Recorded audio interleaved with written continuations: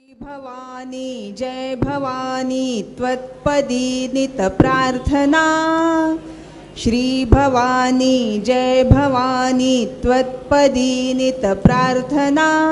सोडवी भवबंधनातून बद्धया तू मन्मना। श्री भवानी जय भवानी त्वत्पदी नित प्रार्थना। सोडवी भवबंधनातून बद्धया तू मन्मना। मानवा अतिघातकी बहुदुष्ट दुर्जन संगती। जाणुनी ही मूर्खतेने नित्य बसलो पंगती। उठवी यातून सत्वर होत बहुमज यातना। सोडवी भवबंधनातून बद्धया तू मन्मना। सोडवी भवबंधनातून बद्धया तू मन्मना। मत्सुखाची मद्रुचीची मानली जी मंडळी। त्या जनांनी निष्ठुरत्वे जवळ केले नामुळी। सोसवेना हा अपेक्षा भंग बहुमज दारुणा। सोडवी भवबंधनातून बद्धया तू मन्मना। सोडवी भवबंधनातून बद्धया तू मन्मना। शास्त्र हे वाचून सारे कार्यमायिक जाणले। वागताना मी परंतु सत्य जग हे मानले। नष्ट होई ही कधी अन्किं प्रकारे भ्रांतता। सोडवी भवबंधनातून बद्धया तू मन्मना। सोडवी भवबंधनातून बद्धया तू मन्मना। एकदा संसार सारा सुखद बहु अति वाटतो। कृष्ण लीला वाचताना श्याम संगम भावतो। दीन जननी संत म्हणती शोभते का वंचना।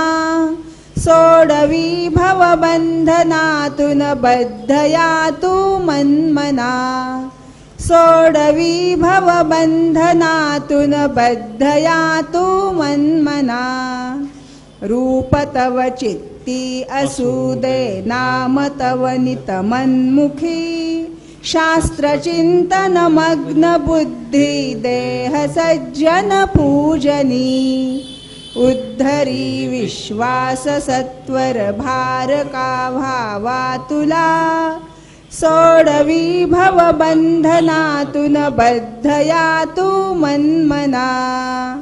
श्री भवानी जय भवानी त्वत्पदी नित प्रार्थना। सोडवी भवबंधनातून बद्धया तू मन्मना। सोडवी भवबंधनातून बद्धया तू मन्मना। सोडवी भवबंधनातून बद्धया तू मन्मना। सदानंदीचा उदयोस्तु उदयोस्तु उदयोस्तु। बोल भवानी की जय। अंबा माता की जय।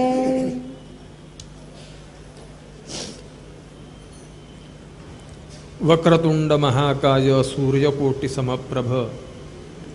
निर्विघ्नं कुरु मे देव सर्वकार्येषु सर्वदा। सर्वमंगलमांगल्ये शिवे सर्वार्थसाधिके। शरण्ये त्र्यंबके गौरी नारायणी नमोस्तुते।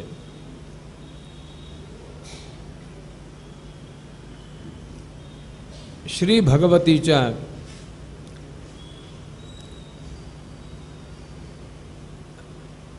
एकंदरीत सामर्थ्याचं वर्णन आपण थोडं बहुत ऐकलं। जगताची उत्पत्ती स्थिती लय हे जिच्यामुळे होते ती म्हणजे श्री भगवती आहे। भगवतीचं सामर्थ्य आपल्या लक्षात आलं, पण भगवतीचं स्वरूप कोणतं आहे? ते भगवतीचं स्वरूप तत्वज्ञानाशिवाय आपल्या समोर उलगडत नाही. आणि म्हणून आपण 3 गोष्टी नेहमी लक्षात ठेवल्या पाहिजेत: तत्वज्ञान, नीती आणि व्यवहार.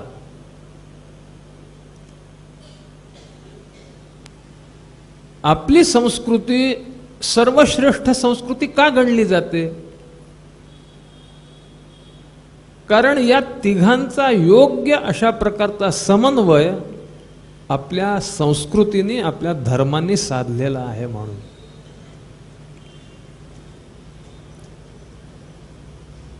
आचार्यांचं तत्वज्ञान, शंकराचार्यांचं तत्वज्ञान की जे वेदप्रतिपादित आहे, आणि त्या तत्वज्ञानाच्या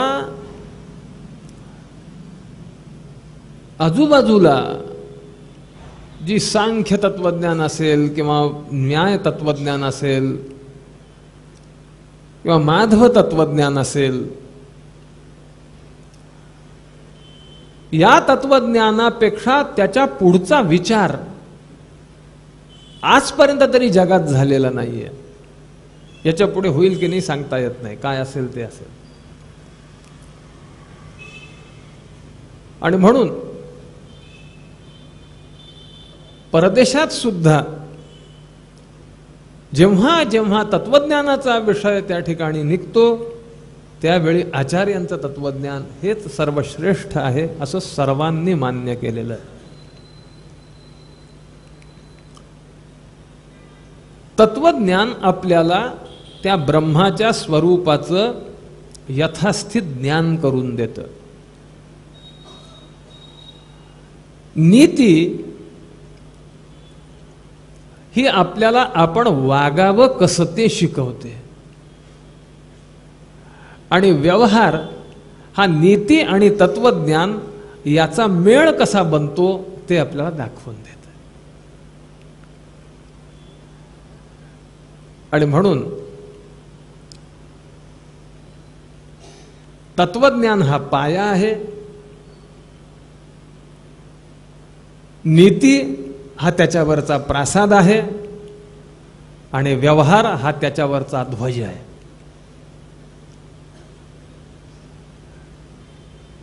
आणि म्हणून या तिघांच्यात जर गडबड जर झाली तर हादरे बसण्याची शक्यता असते. म्हणून तत्वज्ञान विशुद्ध, नीती सर्वजनसाधारण, आणि व्यवहारात सर्वांना आचरण्यास योग्य असा.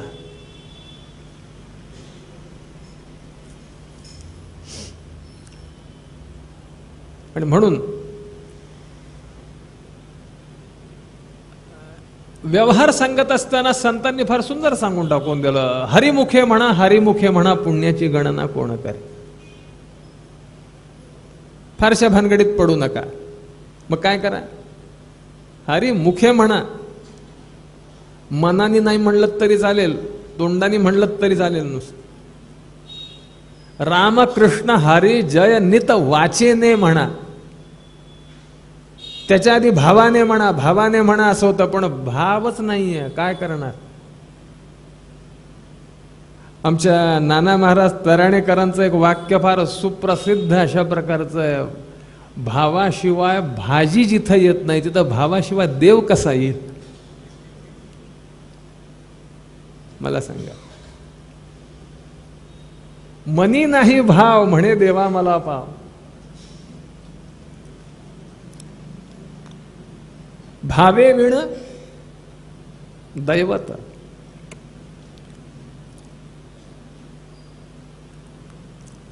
व्यवहाराची पातळी ही नेहमी खालची असते, तत्वज्ञानाची पातळी नेहमी उंच असते. म्हणून तत्वज्ञान विशुद्ध असावं लागतं. आणि ते तत्वज्ञान भगवती तू आम्हाला सांग असं जेव्हा ब्रह्मदेव म्हणतात, त्यावेळी स्वतः भगवतीने त्या ठिकाणी तत्वज्ञान सांगायला सुरुवात केली. एकमेवाद्वितीयं वै ब्रह्म नित्यं सनातनम. ब्रह्म हे एक आहे, एकमेवाद्वितीयम, एकम एव अद्वितीयम. याच्यावर किमान अर्धा तास बोलतायत. एकम म्हणजे काय, एव म्हणजे काय, अद्वितीयम म्हणजे काय. आपण आता एवढंच बघूत की त्याच्या व्यतिरिक्त दुसरं काही नाही, असा त्या एकमेवा द्वितीयमचा अर्थ असं धरून चालूत आपण.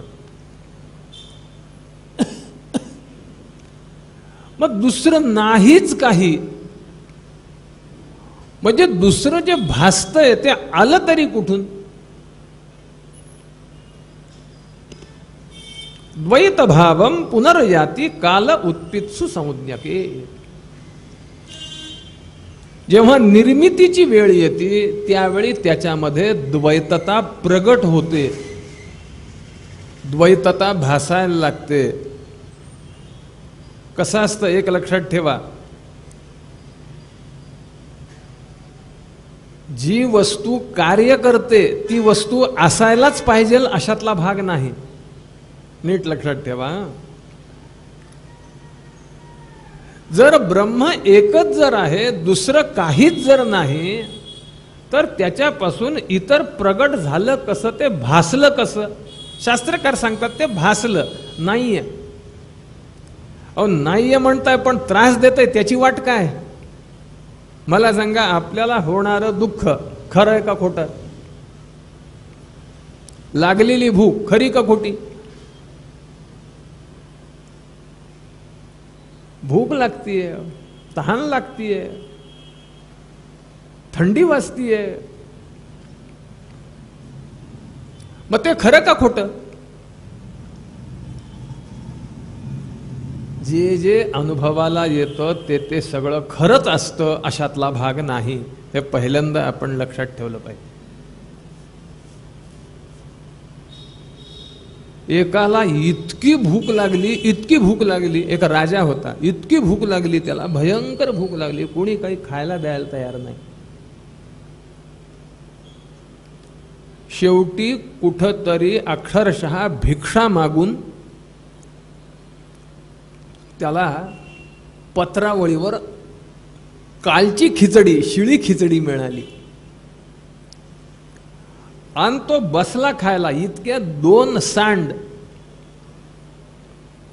भांडणं करत आले आणि भांडणं करत येऊन त्यांनी, आता ते येत आहेत म्हणल्यानंतर बिचारा घाबरला, बाजूला गेला आणि ते भांडत भांडत आले. त्या दोघांनी मिळून आपल्या पायाने कचा कचा ती खिचडी तुडवली अक्षरशः.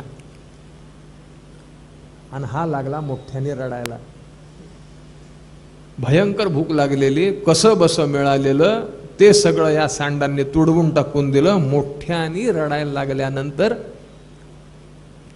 शेजारी झोपलेल्या राणीने हलवून उठवलं. अहो रडताय का म्हणले. जागे होऊन बघतायत तर काय, पंचपक्वान्नाचं जेवण करून झोपलेले होते. पोट भरलेलं होतं का रिकामं होतं, काय होतं सांगा.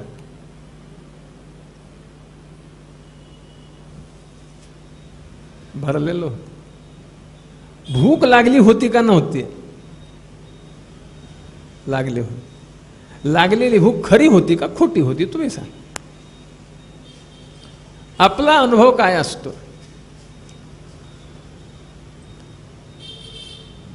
स्वप्नामध्ये आजोबा, मुलगा, नातू सगळेच्या सगळे दिसतात. जन्माला येतात, मोठे होतात, वाढतात, लेकरं होतात, त्यांना सगळं काही होतं. आणि नंतर अचानक जाग येऊन बघतात तर का 3 वाजता झोपलेलो आहे, वाजले होते फक्त 3:05. 5 मिनिटात आजोबा जन्माला आले, त्यांना लेकरू झालं, त्यांना लेकरू झालं. ओके ना. झालं का नाही, काय झालं. आजोबा तरी आहेत का, खरोखरचे आहेत का आजोबा तरी. द्वैत भावम पुनरयाती काल उत्पित्सु संज्ञके. मग काय होतं? यथा दीपस्तथोपाधेर योगात संजायते द्विधा छायेवादर्श मध्ये वा प्रतिबिंबन तथा वयोः. उपाधीच्या योगाने, मग ती उपाधी अज्ञानाची असू शकते, कालाची असू शकते, देशाची असू शकते, कशाचीही असू शकते. उपाधी या शब्दाचाच अर्थ आधी म्हणजे मानसिक व्यथा. जी मानसिक व्यथा निर्माण करते त्याला म्हणायचं उपाधी. मग हे काय करते? पण ती उपाधी खरीच असली पाहिजे अशातलाही भाग नाही. खरी नसलेली सुद्धा उपाधी खरं दुःख मात्र निर्माण करते. मग त्यांनी त्याला उदाहरण दिलं. काय उदाहरण दिलं? की आरसा घेतला, आरशामध्ये आपलं प्रतिबिंब पाहिलं. आता ते जे प्रतिबिंब जे ते खरं आहे का खोटं आहे? काय खरं म्हणायला जावं त्याला आरशा व्यतिरिक्त अस्तित्व नाहीये. खोटं म्हणायला जर जावं त्याच्यातून पाहून नट्टापट्टा होतो की नाही? तो क्षेर पण आहे म्हणे. त्याचा अर्थ फार सुंदर आहे. म्हणजे जन्मभर आरसा पुसत बसला पण चेहरा काही स्वच्छ झाला नाही, कारण धूळ चेहऱ्यावर नव्हती, धूळ आरशावर नव्हती, चेहऱ्यावर होती.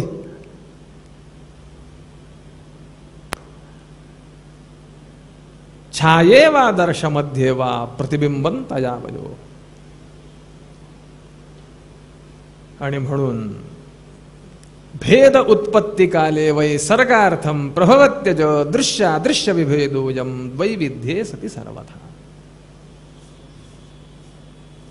जेव्हा मला सगळं निर्माण करण्याची इच्छा होते, भगवतीला इच्छा झाली पाहिजे, आपल्यासारख्यांचं अदृष्ट त्या ठिकाणी निर्माण झालं पाहिजे.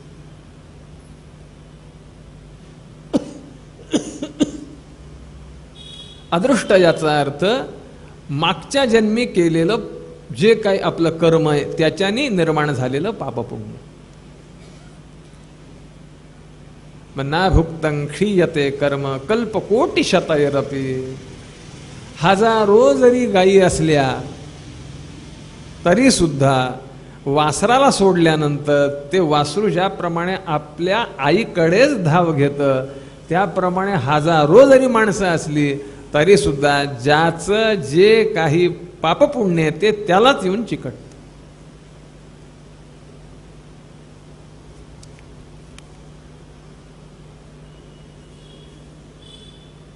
परवा विमानाचा अपघात झाला, सगळ्यांना माहिती आहे. 264 जण वगैरे काहीतरी मेले. एक पोरगी अहमदाबादहून लंडनला जाणार होती. तिने तिकीट काढलं, निघाली आणि ट्रॅफिक जाम मध्ये अडकली. आणि अडकल्यानंतर विमान हुकलं. विमान हुकणं चांगलं का वाईट? वाईट झालं. तिने खूप विनंती केली, मला जाऊ द्या आत. मग त्यांनी सांगितलं नाही, जाता येणार नाही. आणि बाहेर पडली आणि बाहेर पडल्यानंतर आवाज आला. ज्या विमानाने जाणार होते ते विमान कोसळलं.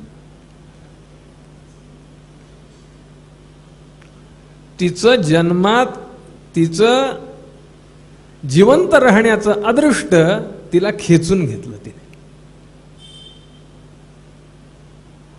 आणि उलटही आपल्याला दिसून येतं.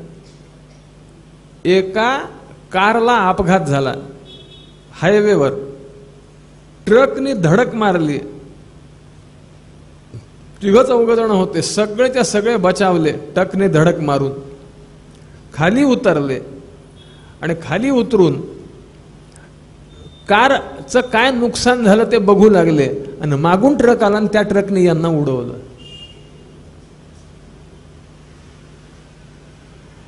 भगवतीची इच्छा आणि यांचं अदृष्ट यांचा संयोग झाला रे झाला, संसाराची निर्मिती होते. मग संसाराच्या निर्मितीसाठी त्यांनी 3 गुण मानलेले. कोणते कोणते गुण? सत्व, रज आणि तम.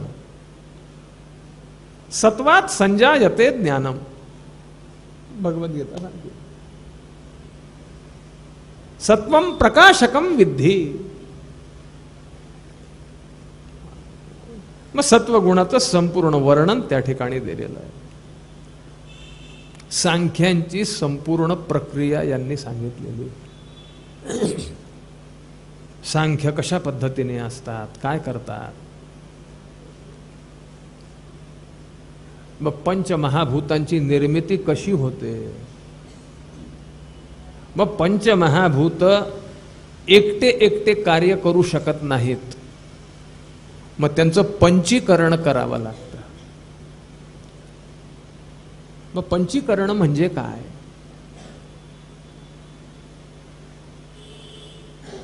प्रत्येक महाभूतातील अर्धा भाग बाजूला काढायचा, अर्धा भाग ठेवून द्यायचा, त्याचे 4 भाग करायचे, 12.5% आणि ते उरलेल्या याच्यामध्ये मिसळून टाकून द्यायचे.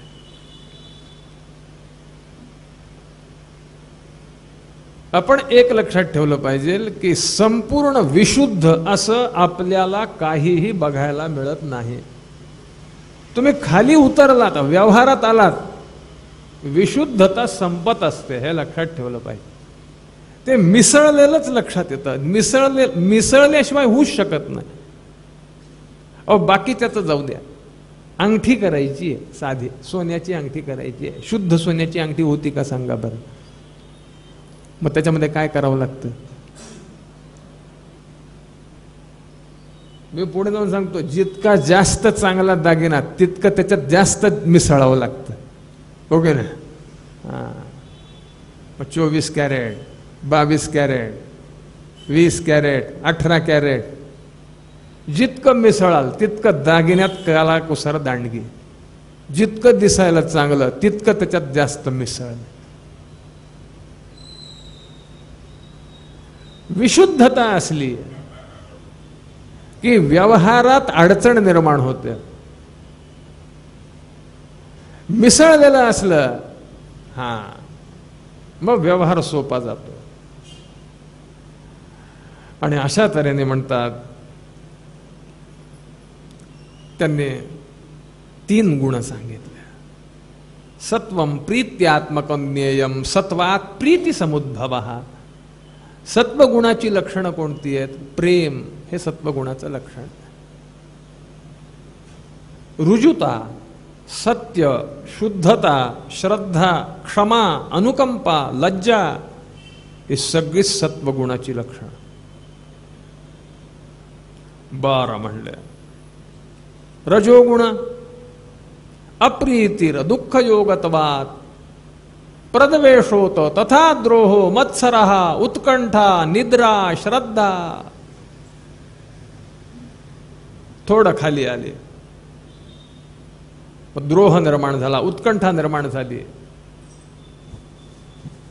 त्याच्यापेक्षा खाली आले, तमोगुणात आले. मग काय झालं? आलस्यम, दैन्यम, विवाद, कार्पण्यम. काही माणसांना, काही माणसं रजोगुणी असतात, त्यांना सुधरतच नाही. घर बांधायला घेतलं, 10 भिंती पाडतील, पुन्हा बांधतील, 10 रंग लावतील, 10 रंग मोडतील, पुन्हा. आपलं सोडून द्या. एकदा म्हणे इंद्राने घर बांधायला घेतलं. इंद्र होता की ना, इंद्र, त्याने घर बांधायला घेतलं. विश्वकर्म्याला लावलं. विश्वकर्मा त्यांचा आर्किटेक्ट गवंडी जे काय असेल ते, आणि इतका ताप दिला त्याला, युगानुयुग लोटली, घर व्हायलाच तयार नाही. घर बांधलं रे बांधलं की पाडायचं, असं नको, हा महाल इथं पाहिजे, ते खोली तिथं पाहिजे. परेशान झाला, काय करावं काय करावं काय करावं. त्याने बकदालभ्या नावाच्या ऋषींची प्रार्थना केली की तुम्ही तरी काहीतरी समजावून सांगा म्हणले इंद्राला. ठीक आहे म्हणले, काय हरकत नाही. बकदालभ्या ऋषी निघाले. इंद्र येणाऱ्या वाटेवर मुद्दामून जाऊन बसले. बकदालभ्या ऋषींना बघितल्या यांनी साष्टांग नमस्कार केला. आणि नमस्कार केल्यानंतर बकदालभ्यांनी विचारलं काय चालू म्हणजे काय व्यवस्थित आहे. यांनी विचारलं तुमचं कसं चालू आहे. म्हणले व्यवस्थित चालू आहे. आता ज्याला घर बांधण्याची हे असते ना, तो सगळीकडे तेच बघत असतो. म्हणजे तुम्हाला काही घरदार आहे की नाही. हा कसलं आलं म्हणले घरदार. काय अहो म्हणले माझं आयुष्य इतकं कमी आहे म्हणले, घर बांधायचं केव्हा राहायचं केव्हा, त्याच्यात जर वेळ जर गेला तर मी अनुष्ठान केव्हा करू. यांनी विचारलं तुमचं वय काय, म्हणजे तुम्हाला वय किती आहे एकंदरीत. त्यांच्या छातीवर म्हणे असे एक कापूस आपलं हे केसांचं असं वलय होतं. त्याचं कसं आहे म्हणले, हे वलय आहे म्हणले, याच्यातले सगळे केस जेव्हा गळून पडतील त्यावेळी मी मरणार आहे म्हणले. म्हणजे केस केव्हा गळणार आहेत म्हणले, 14 इंद्र जेव्हा मरतील त्यावेळी एक केस गळतो म्हणले माझा. असे सगळे गळून पडल्यानंतर माझा मृत्यू होणार आहे. इंद्राने डोक्याला हात लावला. म्हणले एवढं असून तो घर करत नाही ना, आपण काहीच नाही तर घरात मध्ये किती भानगड करायला लागलो. ही रजोगुणाची लक्षणं. आणि म्हणून शास्त्रकारांनी सांगितलं सत्वम प्रकाशयितव्यम नियंतव्यम रजस्तथा तमा निहंतव्यम तमश्चैव जनेन शुभमिच्छता. सत्वगुणाचं प्रकाशन केलं पाहिजे. सत्वगुण वाढीस कसा लागेल त्याचा विचार केला पाहिजे. रजोगुण त्याच्यावर नियंत्रण मिळवलं पाहिजे. आणि तमोगुणाचा नाश कसा करता येईल त्याचा प्रयत्न केला पाहिजे. यांनी प्रश्न विचारला का हो म्हणले, हे जर एवढे परस्पर विरुद्ध जर आहेत मग एकत्रित येतात कसे हे, आणि एकत्रित येऊन कार्य कसे करतात. यांनी सांगितलं यांना एकत्र येण्याशिवाय दुसरा पर्यायच नाहीये. मग एकत्रित येतात कसे. एक लक्षात ठेवा म्हणले, परस्पर विरोधी गोष्टी जेव्हा एकत्रित येतात त्यावेळी कार्य फार छान होतं बरं. म्हणून तुम्ही बघा पती पत्नींचे स्वभाव बहुतेक विरुद्धच असतात. पतीने पूर्व म्हणलं की पत्नीने पश्चिम म्हणलंच पाहिजे. हा नियम आहे. पर पत्नीचं समाधान होईल कसं मला सांगा ना, कसं शक्य होईल. एक विनोद सांगतात. काय झालं म्हणे, एकदा नवीन विवाह झालेला पती पत्नी बागेत गेले. बागेत गेल्यानंतर तिथं एक माकड होतं. ते माकड एका मिनिटात वरती गेलं, दुसऱ्या मिनिटात खाली आलं. हिने विचारलं तुम्हाला असं चढता उतरता येतं का. आता ह्याला काहीच येत नव्हतं. नाही म्हणलं. काय म्हणलं. घरी गेल्यानंतर त्याला ती गोष्ट लागली. त्यांनी क्लास लावला चढायचा उतरायचा. 15 दिवसामध्ये असा तयार झाला, 5 मिनिटात वरती चढून उतरून खाली करू लागला. न सांगता क्लास लावलेला होता. म्हणले आश्चर्यचकित, सरप्राईज देऊत म्हणले. 15 दिवसानंतर पत्नीला घेतलं, पुन्हा त्याच बागेमध्ये त्याच झाडाच्या तिथं. थांब म्हणे तुला गंमत दाखवतो. म्हणले काय. बस बघ म्हणले. 5 मिनिटात वरती चढला, 5 मिनिटात खाली आला. हिने विचारलं काय ह्याच्यात काय, चढलो की नाही वरती, आलो की नाही खाली. हिने सांगितलं काय माकड आहेत की काय तुम्ही.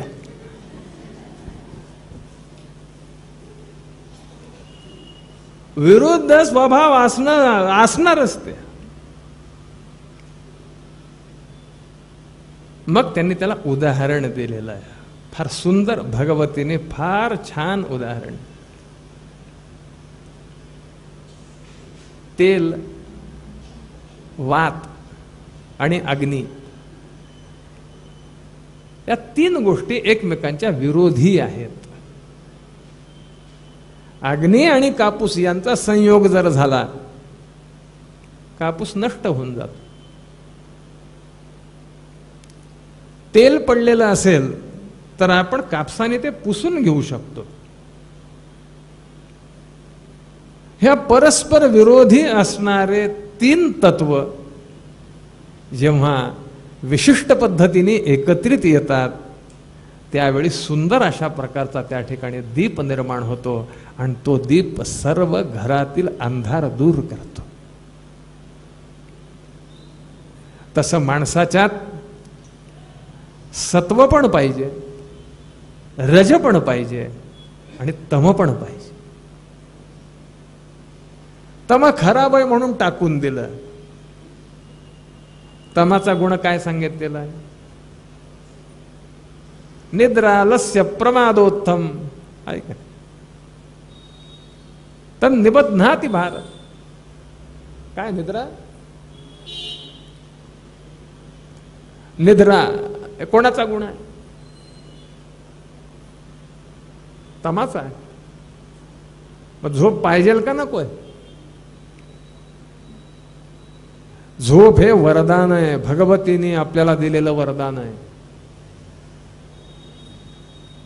झोप जर नसेल, त्याच्या शरीराचं संपूर्ण पोषण होणार नाही. आणि त्यातल्या त्यात आपल्याला झोप येऊ नये, शेजारची मात्र व्यक्ती झोपलेली असावी, मग कसा राग येतो बघा. असा संताप येतो की बस हे आजच असत. आणि म्हणून सत्वरजतम, त्या सत्वरजतमापासून मग अहंकार, महत्त्व, पंचमहाभूत, आपल्या शास्त्रकारांनी जी सृष्टीत्पत्तीची प्रक्रिया सांगितलेली आहे ती अत्यंत वैज्ञानिक अशा प्रकारची आपण लक्षात ठेवलं पाहिजे. वेगवेगळ्या प्रक्रिया सांगितलेल्या आहेत. श्रीमद देवी भागवतामध्ये 2 प्रकारच्या सृष्टीत्पत्तीच्या प्रक्रिया आहेत. श्रीमद भागवतामध्ये त्यांनी 4 प्रकारच्या सृष्टीत्पत्तीच्या प्रक्रिया सांगितलेल्या आहेत. दशविध प्रलय सांगितलेले आहेत श्रीमद भागवतामध्ये. त्यांनी अनेक प्रकारची उत्पत्ती सांगितलेली, सर्ग सांगितलेले आहेत त्यांनी. तुम्ही सगळे भागवताचे सगळे श्रोते आहात, तुम्ही अभ्यासक आहात, तुम्हाला माहिती असेल सगळं. या सगळ्या प्रक्रिया या अत्यंत वैज्ञानिक अशा प्रकारच्या आहेत. आज आपण ज्या पद्धतीने विचार करतो, वैज्ञानिकांनी विचार केलेला आहे, तो विचार आपल्या इथे आपल्या लोकांनी पूर्वी करून ठेवलेला आहे. याचा अर्थ मी आधुनिक लोकांना कमी समजतोय किंवा त्यांच्यात काही अर्थ नाही असं मला म्हणायचं नाहीये. ते सुद्धा परिश्रमी आहेत, ते सुद्धा अभ्यासू आहेत. त्यांनी सुद्धा अत्यंत परिश्रम करून हे सगळं शोधून काढलेलं नाही असं नाही. परंतु आपल्याकडे सुद्धा आपण जर पुराण जर बघितली तर त्या पुराणामध्ये त्यांनी जो क्रम दिलेला आहे उत्पत्तीचा आणि लयाचा, हा अतिशय विशुद्ध अशा प्रकारचा आहे. मी तुम्हाला एकच सांगतो, जेव्हा लय होतो, प्रलय होतो, त्यावेळी आपली पृथ्वी कशी दिसती, त्यांनी इथं शब्द वापरलेला आहे, दग्ध गोमय पिंडवत. एखादा शेणाचा गोळा असावा, तो पूर्णपणे दग्ध होऊन जावा. आवाज थोडा जास्त येतोय का? थोडा आवाज कुठं गेले ते?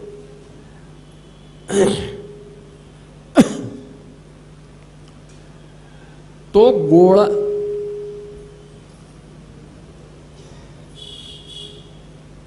हरिओम हरिओम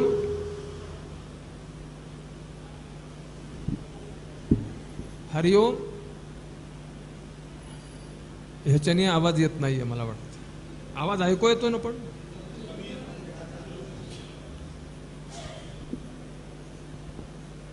हरिओम.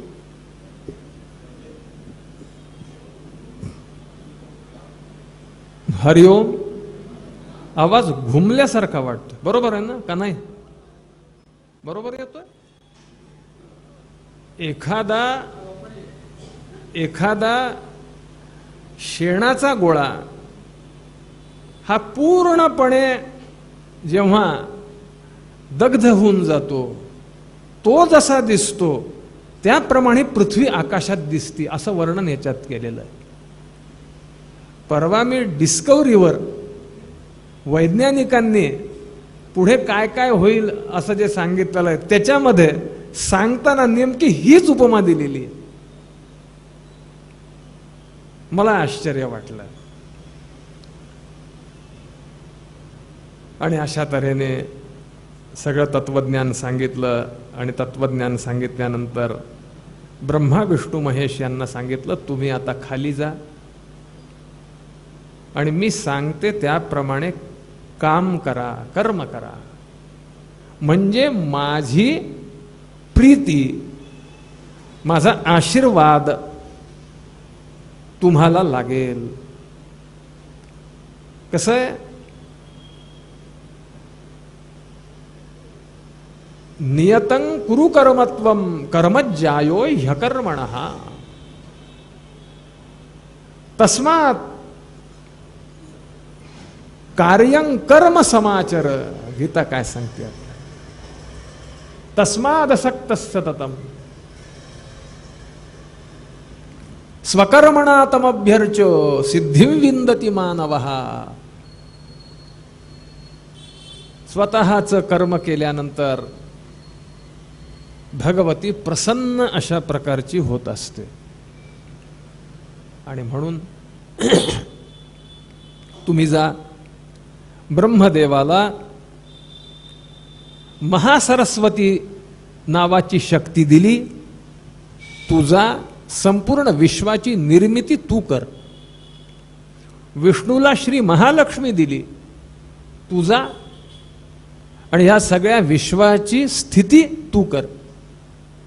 भगवान शिवशंकरजींना महाकाली दिली, तुझा योग्य वेळ आल्यानंतर सर्वांचा नाश करण्याचं कार्य या शक्तीच्या साह्याने तू कर.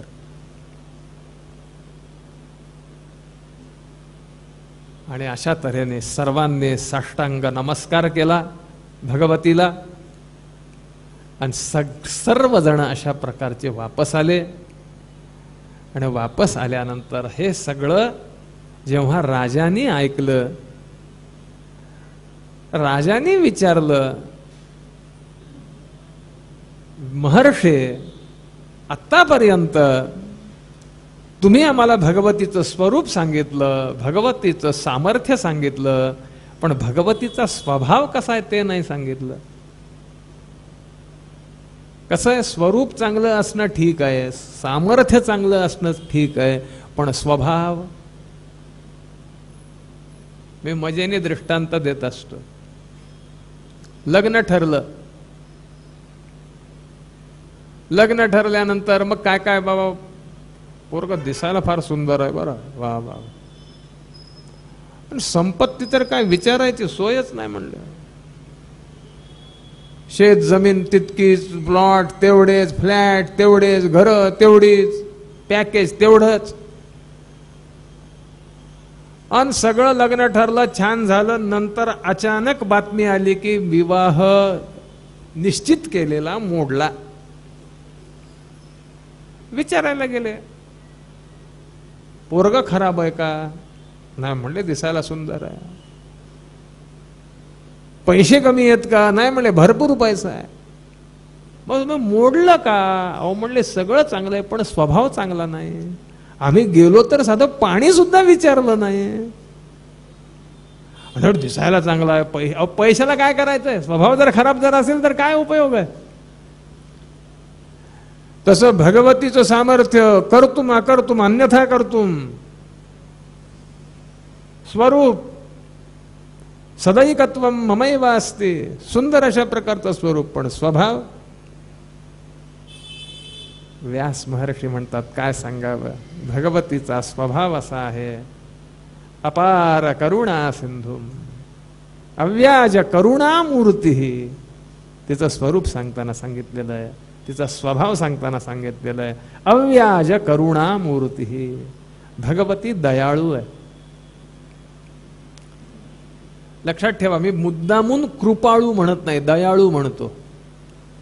मग कृपा आणि दया यात काय भेद आहे?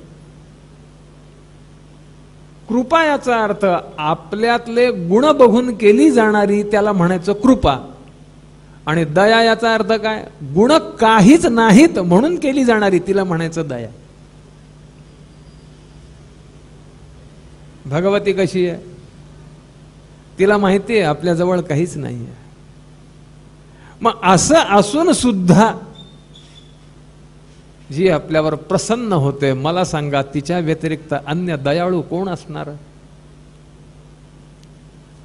यांनी सांगितलं असं नुसतं गोल गोल बोलू नका, म्हणले आम्हाला उदाहरण सांगा, हा तर आम्ही मान्य करू, नाहीतर काय. मग त्यांनी सांगायला सुरुवात केली. श्री जनमेजय उवाच कोसौ सत्यव्रतो नाम ब्राह्मणो द्विजसत्तमः.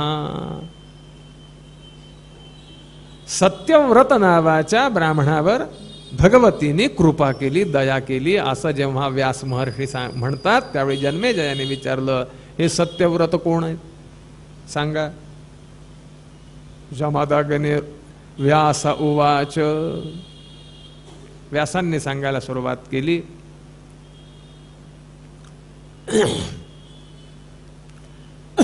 कोसल नावाचा प्रांत आहे आणि त्या कोसल प्रांतामध्ये देवदत्त नावाचे एक ऋषी होते.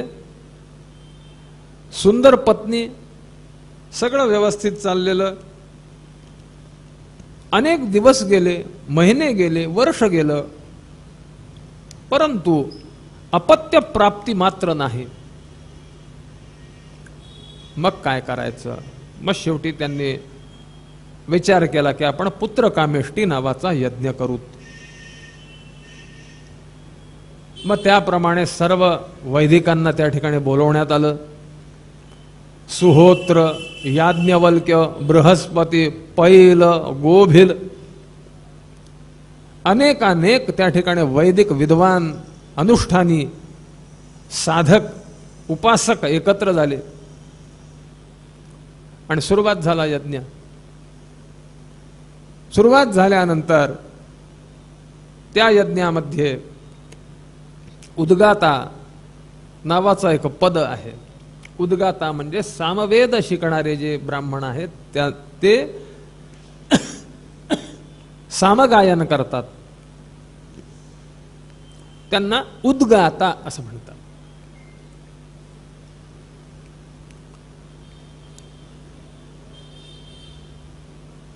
ऋग्वेदी वैदिक होते असं होतृगण म्हणतात त्यांना. व्हयते इति होता, जो आवाहन करतो, बोलवतो देवांना, म्हणून त्यांना होता म्हणतात. अध्वर्यू हे यजुर्वेदी असतात. अध्वरम नयंती इति अध्वर्युः. अध्वर म्हणजे यज्ञ, यज्ञ जो नेतो, शेवटपर्यंत नेतो, म्हणून त्याला अध्वर्यू अशा प्रकारची संज्ञा आहे. यजमान फक्त बसलेला असतो, तो फक्त इदन्न मम म्हणत असतो, बाकी सगळं कार्य अध्वर्यू करत असतो. सामवेदी जे आहेत ते उद्गाता असतात. उद्गायन्ति इति उद्गातारः, गायन करतात. आणि अथर्ववेदी हे ब्रह्मा असतात, ते नुसते बसून असतात, सगळं बघत असतात, काय काय होतंय, काय काय नाही.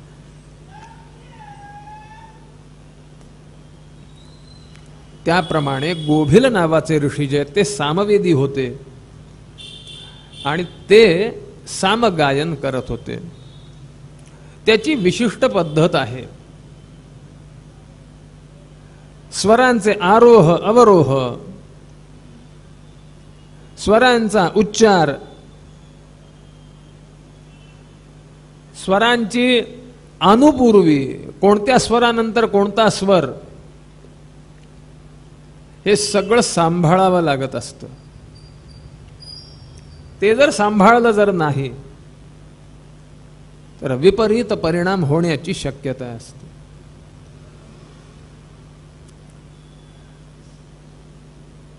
सामगायन करत असताना यांना अचानक दम लागू लागला आणि स्वरभंग होऊ लागला. तो स्वरभंग एकदा झाला, दोनदा झाला, वारंवार झाल्यानंतर देवदत्त जे यजमान होते ते संतापले. मूर्खा, स्वरभंग करताय तुम्ही, कळतं का तुम्हाला काही? कसं असतं, कर्म दोन प्रकारचं असतं, निष्काम आणि सकाम. त्यातील सकाम कर्म जी असतात त्यात कोणत्याही प्रकारचं चूक चालत नाही. सकाम कर्मामध्ये जर चूक जर झाली तर फलामध्ये विपरीतता निर्माण होत असते. हे यांचं सकाम कर्म होतं. पुत्रप्राप्तीसाठी हा यज्ञ होणार होता. आणि मग जेव्हा तुम्ही मूर्खासारखं बोलताय, तुम्हाला काही कळतंय का, असं जेव्हा म्हणायला सुरुवात केली, गोभिलांना अत्यंत संताप आला. कसं आहे, ब्राह्मणाला इतर काहीही बोललं तरी चालेल, पण मूर्ख हा शब्द मात्र त्याने कधी सहन करता कामा नये. आमचे स्वामी वरदानंद भारती म्हणून होऊन गेले, कदाचित इथं परिचित पण असतील कोणाला. ते लहान असताना संस्कृतमध्ये नापास झाले. नापास झाल्यानंतर त्यांचे आजोबा दासगणू महाराज त्यांनी त्यांना बोलवलं, अनंतराव इकडे या म्हणले. ते ब्राह्मणाच्या पोराने संस्कृतमध्ये नापास व्हावं हे बरोबर आहे का, तुम्हीच सांगा म्हणले. काय मूर्ख म्हणण्याचा भयंकर संताप आला. म्हणजे मला मूर्ख म्हणतोस काय म्हणले, मुलगा होईल पण तो मूर्ख होईल म्हणले. जा, शाप देऊन टाकू. आता याने डोक्याला हात लावला. म्हणले मुलगा नाही म्हणून मी दुःखी होतो, आता मुलगा होईल पण मूर्ख होईल. मूर्ख पोराचा उपयोग काय?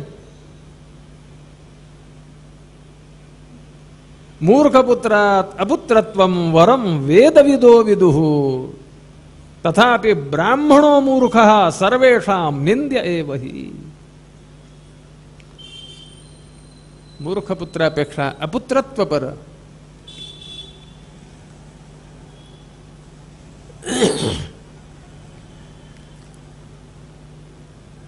श्रीमद देवी भागवतातला श्लोक आहे बरं, मी माझ्या मनचा टाकत नाहीये. विना विप्रेण कर्तव्यम श्राद्धम कुशचटेन वै न तु विप्रेण मूर्खेण श्राद्धं कार्यं न कदाचन. विद्वान ब्राह्मण जर मिळाला जर नाही तर दर्भबटू आणावेत आणि श्राद्ध करावं, पण मूर्ख ब्राह्मणाला बोलवून श्राद्ध करू नये. श्राद्धात कोणते ब्राह्मण अपेक्षित आहेत त्याची एक यादी आहे. श्राद्ध कल्पलता काढा, निर्णय सिंधू काढा, धर्मसिंधू काढा, त्याची यादी दिलेली. इतर कोणत्याही कर्माला ब्राह्मणांची परीक्षा करू नये म्हणून सांगितलेलं, श्राद्धाला मात्र परीक्षा केल्याशिवाय ब्राह्मणाला घेऊ नये म्हणून सांगितलं.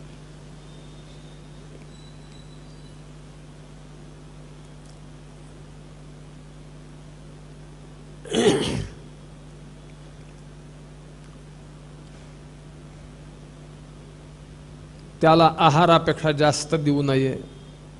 दाता नरकमाप्नोती. त्याला जर जास्त जर दिलं तर देणारा नरकात जातो. शास्त्रकारांनी इतकं कठोर आणि कठीण सांगितलेलं. पाय पकडले, देवा क्षमस्व. सज्जनांचा राग काय एका कालावधी पुरता असतो. त्याने सांगितलं काही काळजी करू नको, पोरग मूर्ख होईल पण कालांतराने विद्वान होईल, भगवतीच्या प्रसादाने विद्वान. सांगून टाकून दिलं. त्याप्रमाणे योग्य वेळी मुलगा झाला. उतथ्य अशा प्रकारचं त्याचं नाव ठेवण्यात आलं. मोठा झाला, मुंज केली, सवळ्या वळ्याचे नियम शिकवायला सुरुवात केली. मनुस्मृतीमध्ये त्यांनी सांगितलेलं आहे, उपनीय गुरुशिष्यम शिक्षयेत शौचमादितः. पहिल्यांदा त्याला वागावं कसं याचे नियम शिकवावेत, विद्या शिकवू नये. आम्ही पहिल्यापासून त्याला 1 2 3 4 ABCD शिकवायला सुरुवात करतो, पण वागावं कसं शिकवत नाहीत. पूर्वी तरी किमान काही ना काहीतरी कोणीतरी सांगत असत. आता मोठी माणसं आली तरी ही लहान पोरं खुशाल त्या बेडवर म्हणा किंवा त्याच्यावर लोळत पडलेली दिसतात. मोठी माणसं आल्यानंतर कसं राहावं, कसं बसावं, त्यांच्याशी कसं बोलावं याचे नियम आहेत आपल्याकडे. नाही हो, आमचा बंड्या फारच खोडकर आहे बघा, ऐकतच नाही. 2 मुस्काडात दे ना त्याच्या, कसं ऐकत नाही.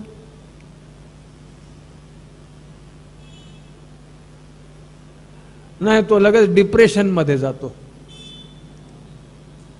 2 दिवस उपाशी ठेव, कसं डिप्रेशन होते आणि कसं फ्रस्ट्रेशन येतंय बघूत.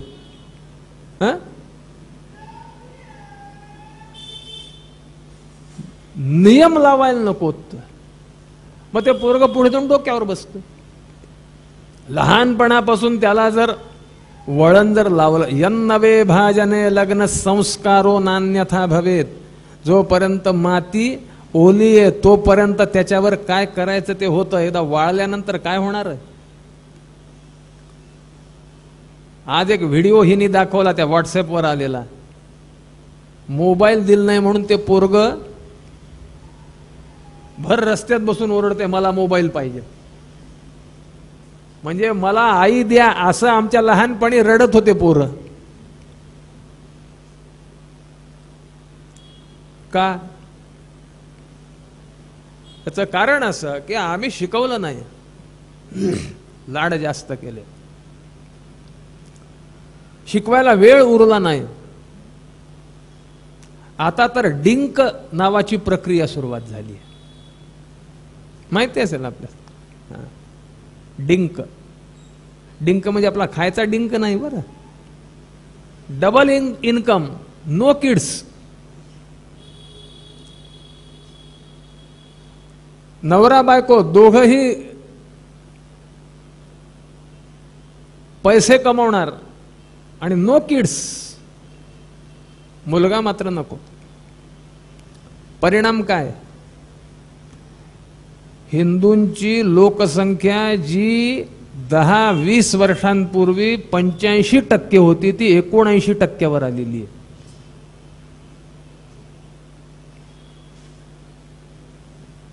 पुढच्या 50 वर्षामध्ये आपण अल्पसंख्य होणार आहेत, मुसलमान बहुसंख्य होणार आहेत. म्हणून शास्त्राला धरून वागावं. पुराण त्यासाठी ऐकावीत, नुसती ऐकायची नाही, त्याप्रमाणे आचरण करायचं.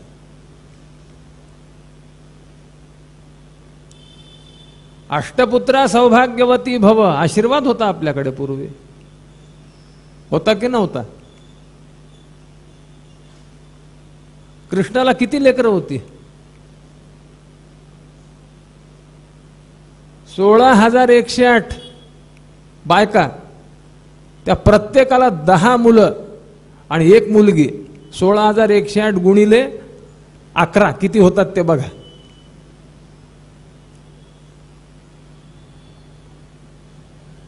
त्यामुळं हिंदूंचं राज्य पूर्ण जगावर होतं त्या काळात. आज काय? आज परिस्थिती फार बिकट आहे. आणि अशा तऱ्हेने म्हणतात मुंज केली आणि त्या मुंजीमध्ये काही यायला तयार नाही. सगळेजण म्हणू लागले बाप केवढा विद्वान, हा कसा. वाईट वाटलं. घरादाराचा त्याग केला, वनात जाऊन झोपडी बांधून राहायला सुरुवात केली.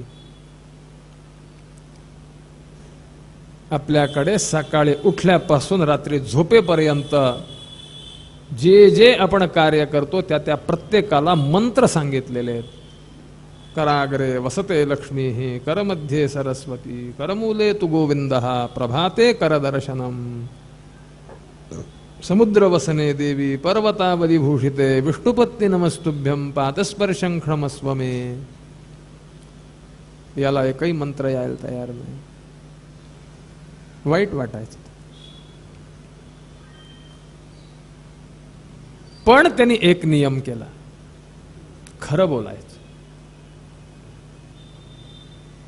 प्राण गेला तरी चालेल पण मी असत्य बोलणार नाही. आणि त्याच्या त्या सत्या बोलण्याची ख्याती संपूर्ण त्या परिसरात पसरली. लोक त्याला सत्यव्रत म्हणू लागले. उतथ्य हे नाव गेलं आणि सगळेजण सत्यव्रत म्हणू लागले. इतकं मुखातून सतत सत्य बाहेर पडायला सुरुवात झाली. आणि एकदा प्रसंग अशा प्रकारचा झाला की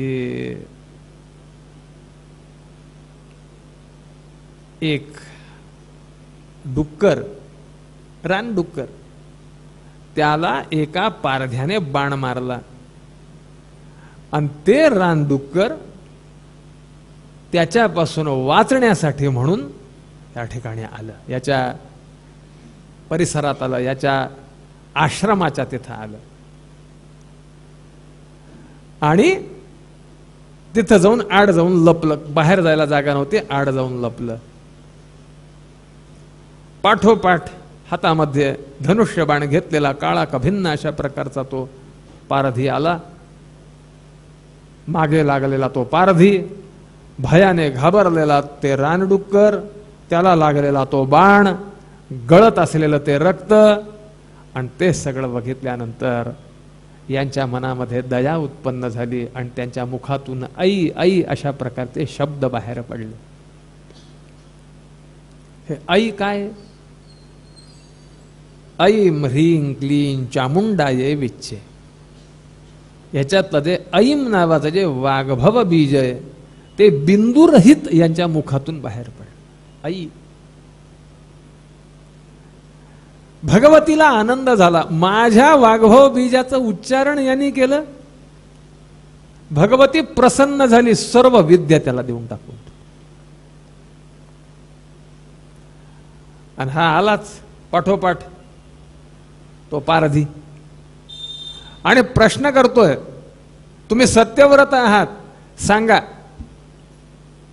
डुक्कर कुठं गेलं? आता याच्या डोक्यासमोर प्रश्न, काय सांगावं? खरं सांगावं का खोटं सांगावं?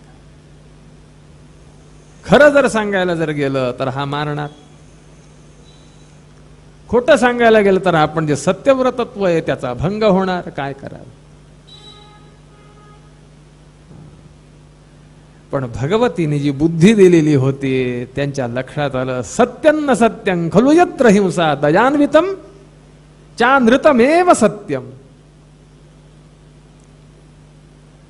सत्य या शब्दाचा अर्थ आपण जो समजतो तो नाही, जे आहे ते सांगणं म्हणजे सत्य. याला सत्य म्हणत नाहीत. म्हणजे जी लोक देशाशी गद्दारी करतात ते हरिश्चंद्राचे अवतारच म्हणले पाहिजेत असं जर म्हणायला जर गेलं तर सगळं खरं सांगून टाकून देतात ना ते. होय ना? मग सत्य कशाला म्हणायचं? ज्या ठिकाणी हिंसा होते ते सत्य जरी असलं तरी ते असत्य आहे, आणि ज्या ठिकाणी दया आहे त्या ठिकाणी ते असत्य असलं तरी सत्य आहे.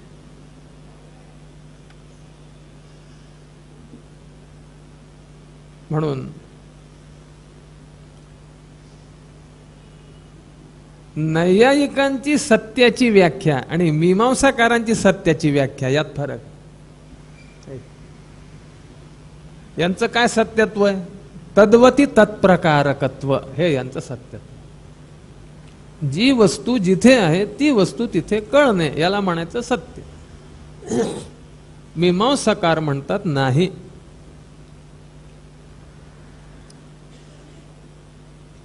वेदामध्ये आपल्याला अशी उदाहरणं सापडतात की ती उदाहरणं जर बघायला जर गेलं तर ती असत्य आहेत. आदित्यो यूपहा, यूप म्हणजे पशुला बांधण्याचा खांब. तो काय आहे? आदित्य आहे, म्हणजे सूर्य आहे. आता मला सांगा, खांब जो आहे हा सूर्य कधी असू शकतो का? मग वाक्य खरं का खोटं? कुठं आलं तद्वती तत्प्रकारकत्व त्याच्यावर?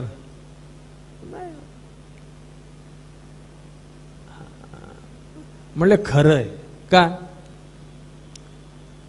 युपाला आदित्यत्व दिल्याने त्या युपाविषयी पूज्यता बुद्धी निर्माण होते.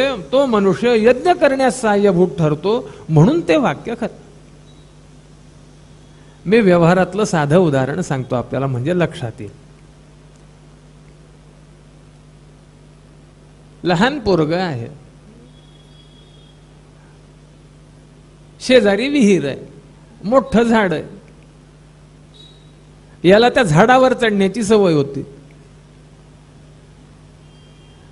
दोन बाजू त्याच्यामध्ये, एक तर झाडावर पडून खाली पडेल, खाली पडल्यानंतर विहिरीत पडलं तर मरून जाईल. आईने सांगितलं झाडावर चढू नको, झाडावर भूत आहे. खरं का खोटं? काय सांगा? हा मोठा झाला. मोठा झाल्यानंतर त्याने जाऊन वरती बघितलं, भूत नव्हतं, काही नव्हतं. घरी येऊन आईला म्हणलं तू माझ्याशी खोटं बोललीस, झाडावर भूत नाही, काही नाही. त्याने एक मुस्काडत म्हणले मूर्खा, हे जर तुला सांगितलं नसतं तर झाडावर भूत आहे की नाही बघायला तू आतापर्यंत जिवंत राहिला असतास का? पण दयान्वितम चानृतमेव सत्यम.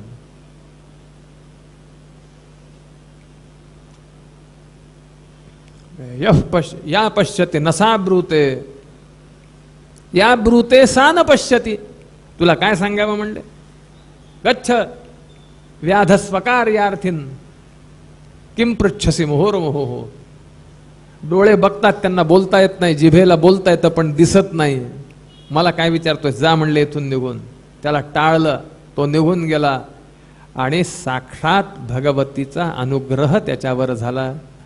आणि झाल्यानंतर त्या सत्यव्रताला घेऊन जाण्यासाठी त्याचे आई वडील आले.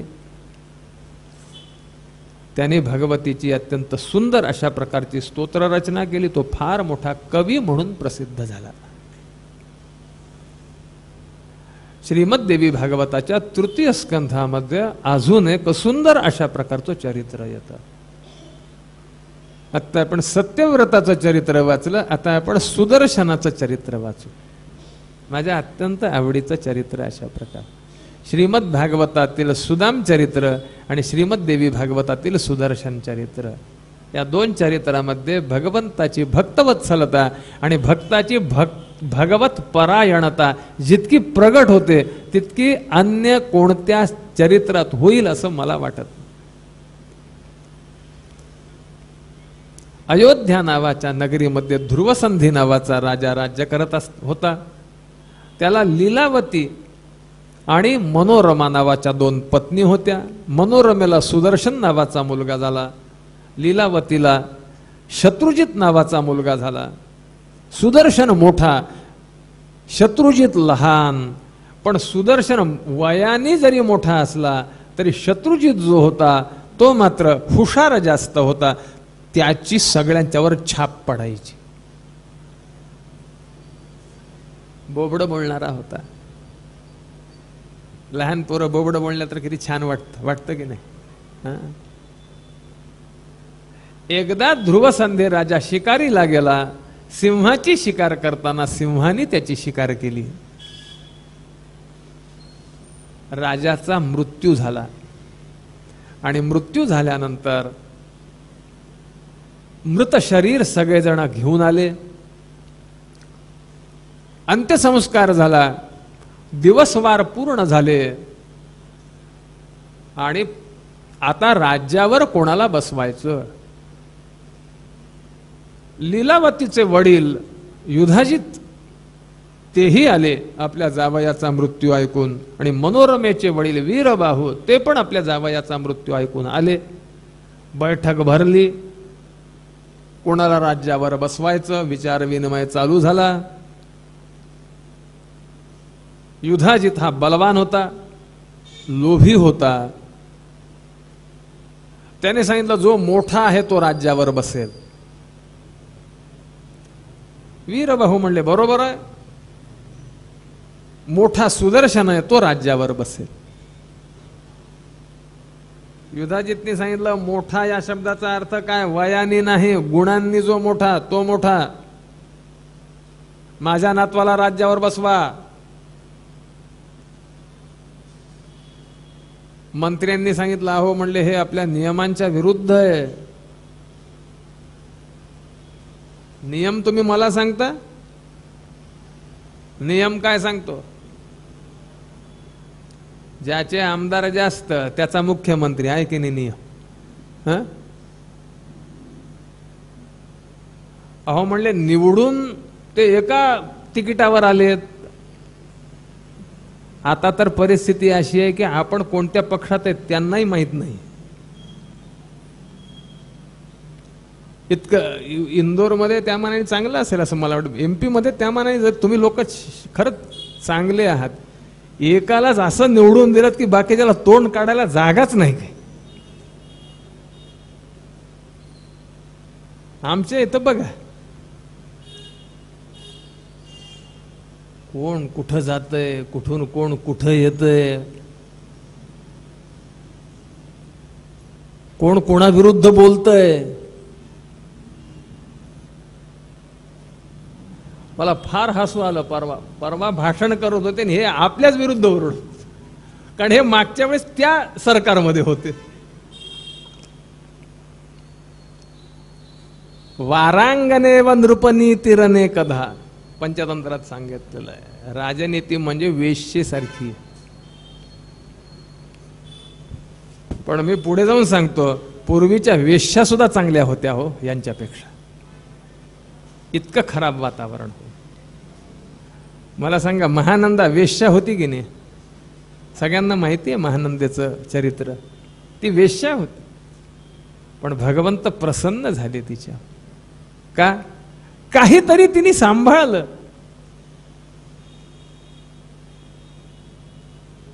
जाऊ दे आपला तो विषय नाही.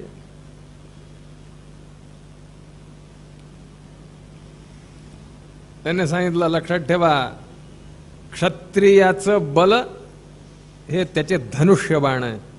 आडवे या बघा काय करतो ते. वीरबाहू आपल्या नातवासाठी उभा राहिला युद्धाला. युधाजितचं आणि वीरबाहूचं युद्ध झालं. युधाजितकडे सैन्य सामर्थ्य अत्यंत श्रेष्ठ अशा प्रकारचं होतं. तो स्वतः पण पराक्रमी होता. वीरबाहूला त्यांनी मारून टाकून दिलं. इकडं मनोरमेला हे सगळं कळालं. तिच्या लक्षात आलं की आता आपल्या मुलाच्या जीवाला धोका आहे. आता काय करा, कोणावर विश्वास ठेवावा, कोण आपल्याकडून आहे कोण परक्याकडून आहे काय सांगणार. शेवटी विदल्ल नावाचे त्यांचे एकनिष्ठ अशा प्रकारचे मंत्री होते आणि विदल्लांनी सांगितलं राणी साहेब आता इथं राहू नका, तुम्हाला किंवा तुमच्या मुलाला जास्त धोका आहे म्हणजे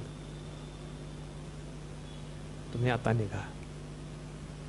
हिने सगळ्यांना सांगितलं की मी रणांगणावर जाते आणि माझ्या पित्याला अग्निसंस्कार देते. तिथून निघाली आपल्या मुलाला घेऊन. अंत्यसंस्कार केला. तिथं सांगितलं मी परत अयोध्येला निघाले. अयोध्येला न जाता थेट काशीचा रस्ता धरला. त्या निघालेले वाटेमध्ये चोरांची टोळी भेटली. कोण कोण होतं? विदल, ही स्वतः मनोरमा आणि ते 5 वर्षाचं पोरग, अंगावर दागिने, रेशमी वस्त्र. यांनी ओळखलं कोणतरी चांगलं आहे, माल सापडला, तलवार काढली, गळ्याला लावली, मुकाट्याने सगळं स्वाधीन करा. काय करतात बिचारे? सगळं लुटून. साधो समय बडा बलवान. कालाचं चक्र कधी काय फिरल काही सांगता येत नसतं. म्हणून माझे प्लॉट इतके आहेत, माझं घर एवढं मोठं आहे, मी इतकं शिकलेलो आहे, इतकी संपत्ती माझ्याकडे, काही सांगता. भोगा मेघवितानस्थ विद्युल्लेखेव चंचलाः आयुरप्यग्निसंतप्त लोहस्थ जलबिंदुवत. कधी काय होईल काही सांगता येत नाही. काहीच नाही हो. इस्रायलने सोडलेलं क्षेपणास्त्र चुकून मार्ग सुटला आणि इथं जर येऊन जर पडलं इंदोरमध्ये, पडणार नाही याची खात्री आहे, त्याच्याबद्दल काही वाद नाही, पण चुकून पडलं, 3 मजली जरी बिल्डिंग असली काय उपयोग आहे त्याचा? काही सांगता. म्हणून माणसाने गर्व करायचा ना. अनात्म वस्तूंच्यावर कोणत्याही प्रकारचा विश्वास आपला असता कामा नये. आपला विश्वास फक्त आणि फक्त श्री भगवतीवरच असला पाहिजे. आणि पुढे गेले. भरद्वाज ऋषींचा आश्रम लागला. दिव्य अशा प्रकारचा तो आश्रम, सुंदर अशा प्रकारचं ते पिंपळाचं झाड, त्याला बांधलेला तो ओटा, मृगाजिनावर बसलेले भरद्वाज, त्यांची पत्नी, समोर बसलेले ते छोटे छोटे बटू, वेदमंत्रांचा उद्घोष चालू आहे, ठिकठिकाणी अग्निहोत्र चालू आहे, ठिकठिकाणी शास्त्रचर्चा चालू आहेत. ते सगळं वातावरण बघितलं, अत्यंत आनंद झाला. 3घही जण गेले, नमस्कार केला. भरद्वाजांनी ओळखलं. अरे म्हणली, मोठ्या घरची बाई दिसतीये. बाळे कोण आहेस बरं सांग? कसं आहे, संत जे असतात ना, त्यांचं बोलणं नंतर येतं, पहिल्यांदा त्यांचा प्रेम प्रगट होतं. आमच्या माऊलीने फार सुंदर उपमा दिलेली आहे. बोला आधी स्नेह प्रगटे. आहा, गोड. मला सांगा, ते सगळं भाषण नुसतं बाळे तू कोण आहेस, मुली तू कोण आहेस, हे शब्द ऐकले, घळघळा रडायला सुरुवात केली. हुंदके देतीये बिचारी. विदल्लांनी सांगितलं, काय सांगावं, चक्रवर्ती सम्राटाची पत्नी आहे, पण आज तिच्यावर ही वेळ आलेली आहे. भरद्वाज ऋषींनी सांगितलं, काही काळजी करू नका, इथं ती राहील, तिचा मुलगा राहील, तिला कोणत्याही प्रकारचं कोणीही काही हात लावू शकणार नाही. मुली, हे तुझं माहेर आहे समज, मी तुझे वडील आहे, ही तुझी आई आहे, हे सगळे ऋषिकुमार आहेत नाही तुझे भाऊ आहेत, या सगळ्या ऋषिकुमारिका आहेत ना, या सगळ्या तुझ्या बहिणी आहेत. आरामशीर राहा, आनंदाने राहा, निर्भय रीतीने राहा. आणि त्याप्रमाणे राहायला सुरुवात केली. इकडं युधाजिताने आपल्या नातवाला राज्यावर बसवलं. आता त्याचा एकमेव शत्रू तो म्हणजे सुदर्शन, त्याला जायचं आणि मारायचं. कुठे तो? हेरांनी सांगितलं की असं असं आहे तो. भरद्वाज ऋषींच्या आश्रमाकडे आले. भरद्वाज ऋषींना निरोप पाठवला, तुमचं आमचं भांडण नाहीये, पण तुमच्या इथला सुदर्शन आणि तुमच्या इथली मनोरमा यांना आमच्या स्वाधीन करा. यांनी सांगितलं, नाही, मी तिला अभयदान दिलेलं आहे, आता मी स्वाधीन करणार नाही, माझी ती मुलगी आहे, तो माझा नातू आहे. याने सांगितलं लक्षात ठेवा, मुकाट्याने स्वाधीन करा, नाहीतर संपूर्ण तुमचा आश्रम उद्ध्वस्त करून टाकून देईन. आणि सांगितलं ये तुझं स्वागत आहे, पण फक्त विश्वामित्र आणि वसिष्ठ यांच्या भांडणात विश्वामित्रांची काय हालत झाली होती तेवढं फक्त लक्षात ठेव म्हणले, जास्त काही करू नको. ब्राह्मणाचे पाय पवित्र असतात, डोकं विचित्र असतं. हा,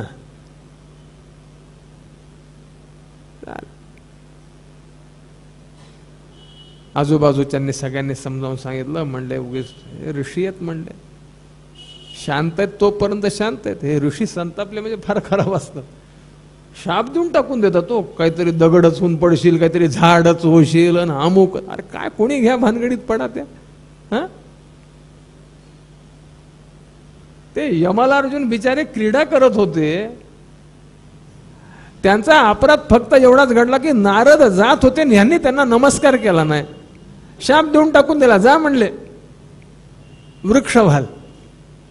झाले वृक्ष, बिचारे करतात काय, यांच्या नादाला लागू नये म्हणले जास्त. चला इथून हाला म्हणले, गेले. आणि हा सुदर्शन हळूहळू मोठा व्हायला लागला. मोठा व्हायला लागल्यानंतर एकदा विदल्ल त्या ठिकाणी आला आणि त्याला हे पाठशाळेतली पोरं चिडवू लागले, क्लीब क्लीब क्लीब असं म्हणून चिडवू लागले. पाठशाळेतली पोरं काय करतील काहीच कशाचाच कशाला पत्ता लागणार नाही. क्लीब म्हणून चिडवायला सुरुवात केली. हा लहान होता, याला ते ब लक्षात नाही राहिलं, क्ली फक्त लक्षात राहिलं. हा क्ली क्ली क्ली क्ली क्ली, सतत स्मरण क्लीच. हे क्ली काय होतं, हे क्ली नव्हतं, ही गुरु किल्ली होती, लक्षात ठेवा, सुखाची. हे क्ली काय, ऐम ह्रीं क्लीम, कामबीज आहे ते भगवतीच. आणि ते क्ली क्ली क्ली सतत भगवतीचं नामस्मरण केल्यानंतर भगवती प्रसन्न झाली. भगवतीने त्यांना तो मंत्र संपूर्ण शिकवला, त्याचे न्यास, त्याच्या मुद्रा सगळं शिकवलं. कर म्हणले अनुष्ठान. स्वप्नामध्ये दर्शन दिलं. अनुष्ठान केल्यानंतर भगवतीने साक्षात त्या ठिकाणी दर्शन दिलं. अक्षस्त्र परशु गदेशु कुलिशम पदबंधनु कुंडिकाम दंडम शक्तिमसिंच चर्म जलजं घंटाम सुराभाजनम शूलं पाशसुदर्शने चतुधतीं हस्तैः प्रबाल प्रभाम सेवे सैरिभ मरदिनी मिह महालक्ष्मीं सरोजस्थितां. वैष्णवी शक्तीचं साक्षात दर्शन दिलं. साष्टांग नमस्कार केला. बोल म्हणले काय पाहिजे ते मागून घे. याने सांगितलं भगवती मला काहीच नकोय म्हणले, मला फक्त तू पाहिजेस.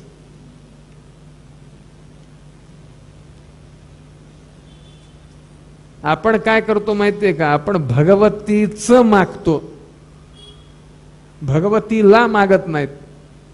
संत काय करतात, भगवतीला मागतात, भगवतीचं काहीच नको म्हणतात आम्हाला. त्याचं कारण आहे, कारण एकदा भगवतीला मागून घेतलं की भगवतीचं सगळं कोणाचं आहे, यांचंच आहे, दुसऱ्या कोणाचं.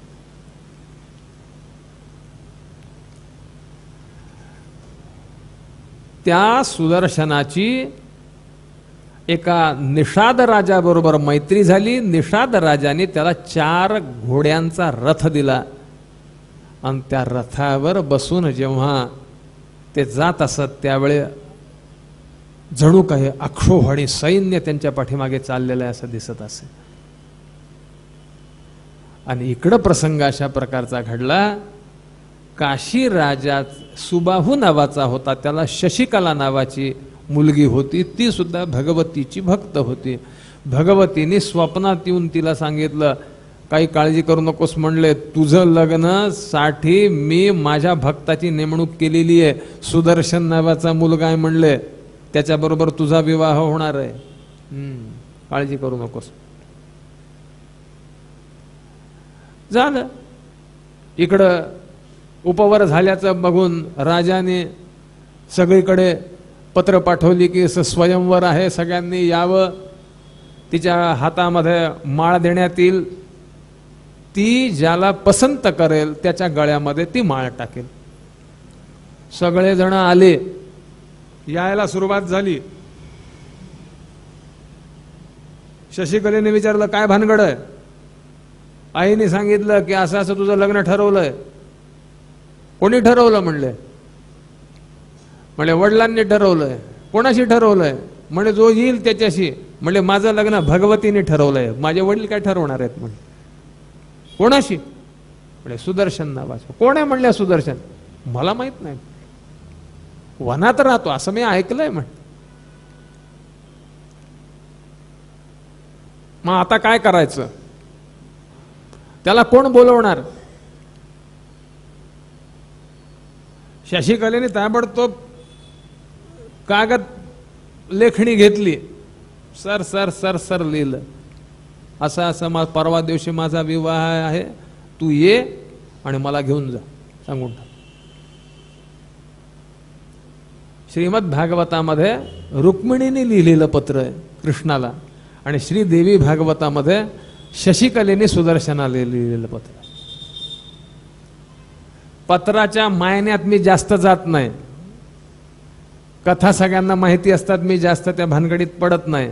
पण एक मात्र मी सांगू इच्छितो, शशिकलेने पत्र लिहिलं याचा अर्थ त्या काळातल्या स्त्रियांना लिहायला वाचायला शिकवल्या जात होतं. इंग्रजांनी स्त्री शिक्षण चालू केलं, ही जी घटना किंवा हे जे इतिहास सांगितला जातो तो अत्यंत चुकीचा अशा प्रकारचा आहे. आपल्या देशातल्या स्त्रिया पूर्वी सुशिक्षित होत्या.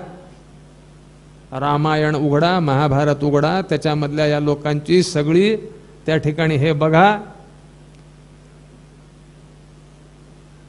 भाषण बघा, कुंतीचं भाषण बघा, सीतेचं भाषण बघा, द्रौपदीचं भाषण बघा. अशिक्षित अडाणी स्त्री असं बोलणंच शक्य नाही. सिस्टीम वेगळी असेल हे मी मान्य करतो, आजकालची सिस्टीम असेल असं मला म्हणायचं नाही.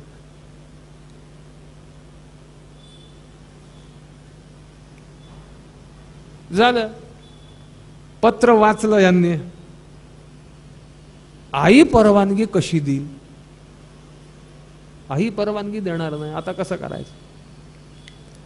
सुदर्शन नुसताच भक्त नव्हता, लक्षात ठेवा. भक्त असला म्हणजे त्याला व्यवहार कळत नाही, तो अडाणी असतो अशातला भाग नाही बरं, हुशार असतात चांगले भक्त.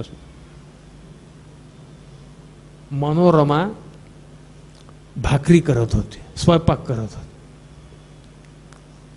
वय झालं होतं बिचारीचं, आणि त्यातल्या हे सगळ्या भानगडी आल्या, ज्या सगळ्या संकट कोसळली, त्याच्यामुळं नाही म्हणलं तरी शरीरावर परिणाम होतो. आई, अगं तुला एकटीला स्वयंपाक करावा लागतोय? हो रे म्हणले. आता तू म्हातारी झालीस? म्हणले हो. आता तुला एकटीला होत नाही? म्हणले हो.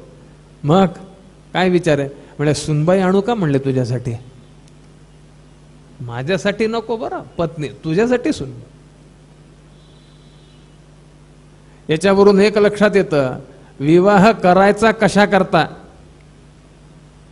हे आजकालच्या आयांनी आपल्या मुलीला शिकवण्याची गरज झालेली आहे.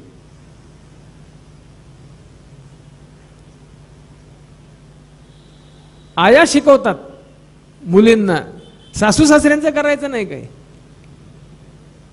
मग आलेले तर सोडूनच द्या.